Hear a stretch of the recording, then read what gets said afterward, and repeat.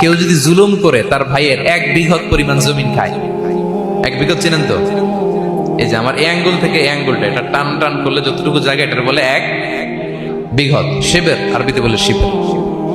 হ্যাঁ, মান যালামা কিদা শিবের। বিষ্ণু বলেন এই 1 শিবের 1 বিঘত জমি যদি কেউ অন্যায়ভাবে জুলুম করে তার ভাইয়ের কাছ থেকে খায়, কিয়ামতের দিন তুবিকা আলাইহি সাবউ আরাদিন, এই 7 জমিনকে আল্লাহ তাআলা তার ঘাড়ে চাপাবে। খা এবার, খা।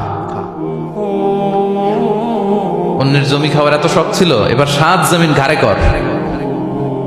কিয়ামতের ময়দানে আপনার দেহটার বিশাল আকৃতির করা হবে, এই 7 জমিনকে আপনার কাঁধে তুলে দেওয়া হবে। এজন্য আমরা অন্যের রাইটস, অধিকার যেন নষ্ট না করি, কারো উপর যেন জুলুম না করি, কোনোভাবেই না। আমরা নানাভাবে এই জুলুমটা করি। আমরা প্রায় দাদার সম্পত্তি থেকে ফুফুদেরকে বঞ্চিত করি, বাবার সম্পদ থেকে বোনদেরকে বঞ্চিত করি। হ্যাঁ, নিজের ভাই আরেক ভাইকে, আপন ভাই ভাইকে বঞ্চিত করে, জুলুম করে। এরকম দৃশ্যপট আমাদের সমাজে আছে না নাই বলেন তো? কিয়ামতের দিন আল্লাহর সুপ্রিম কোর্টের কাঠগড়ায় হিসেব দিতে হবে।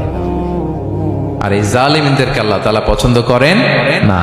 এবং সবচেয়ে ভয়ঙ্কর ব্যাপার হচ্ছে, আপনি যখন কারোর উপর জুলুম করেন, ওই মাজলুম আর আল্লাহর মাঝখানে কোনো ফারাক থাকে না। আল্লাহ ওই ফারাকের পর্দা উঠায় নেয়। বিষ্ণুই বলেন ইত্তাকি দাওয়াতাল মাজলুম, তোমরা মজলুমের বদদোয়াকে ভয় করো, খবরদার। কারণ ফাইন্না লাইসা বাইনাহা ওয়া বাইনাল্লাহি হিজাব, তার আর আল্লাহর মাঝে কোনো পর্দা থাকে না।